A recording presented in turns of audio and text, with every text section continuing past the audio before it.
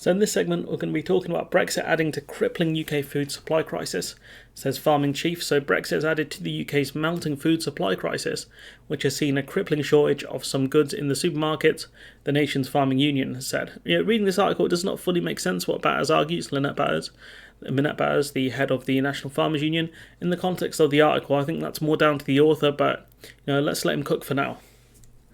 The National Farmers Union said current egg shortages could just be the start and warned that consumers could soon see a scarcity of tomatoes, cucumbers, pears and other fresh produce, and the sad thing is I like most of those. Ms Batters said Brexit was partly to blame for the food sector's woes because of an acute labour shortage and the costly burden of red tape faced by British exporters trying to sell to the EU. As added cost, we are exporting less to the EU than we were. Leaving the EU was always going to add cost, Batters argues. Putting the issue of labour shortages and then combining that with less exports does not make sense.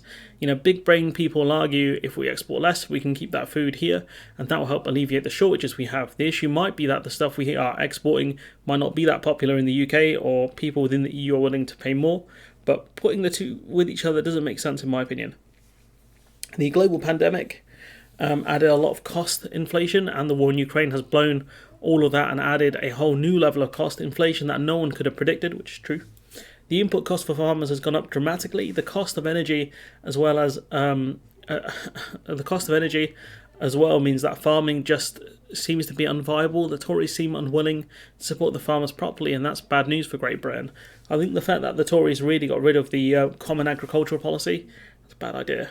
The British Meat Processors Association also said trade and immigration barriers brought by Brexit will continue to cause problems, with plants experiencing around 10 to 15% shortages in workers. This is another huge problem. The staff shortages mean that the UK will process less meat. This means the animals will be on the farms longer, which can lead to culls if they go over a certain weight. We saw that with the pig cull last year. That could happen in the wider industry beyond just pigs. It also means that we are more reliant on imports, which makes more demand with lower supply, making prices increase. Basic capitalism. The bit the article does not really talk about is that UK border checks pushes up the cost of all imports, especially the imports that require vet checks like food. Also means if you're missing any paperwork, your product can get rejected at the border, which has a further cost. Why go through all that when you can sell to another EU country with none of these issues? Despite this, the BMPA said closer alignment with the EU's agri-food rules would be sensible, arguing that common veterinary standards would remove the burden of so many checks, which is true. It comes as several supermarkets introduced a temporary buying limit of eggs per customer amid the impact of rising costs. They claim this stuff happens in developing countries and more communist countries, but here we are again. The NFU, the National Farmers Union, urged Rishi Sunak's government to declare an exceptional market conditions and offer emergency support to egg producers. Good luck with that, Chief. Some fruit and veg farmers have been forced to cut production by between 20 and 30% over the past 2 years.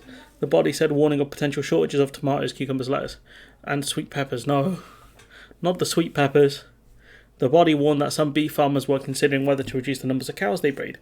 Again, this means less supply. I wonder if they're reducing the numbers of cows due to the issues around the energy costs or the lack of meat processing, or probably both.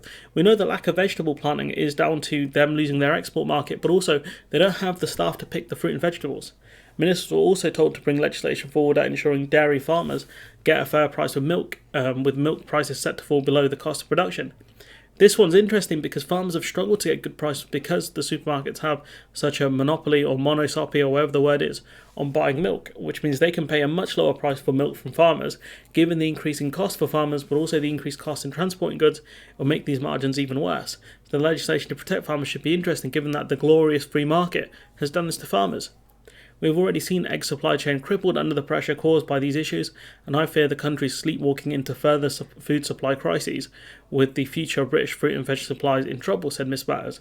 The danger is we produce less and less and we become more reliant on imports, she says.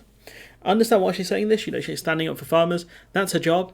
But my fear is that the UK is very dependent on importing food already. By undercutting farming so much, we risk paying a lot more for food due to supply and demand stuff, but also the border checks.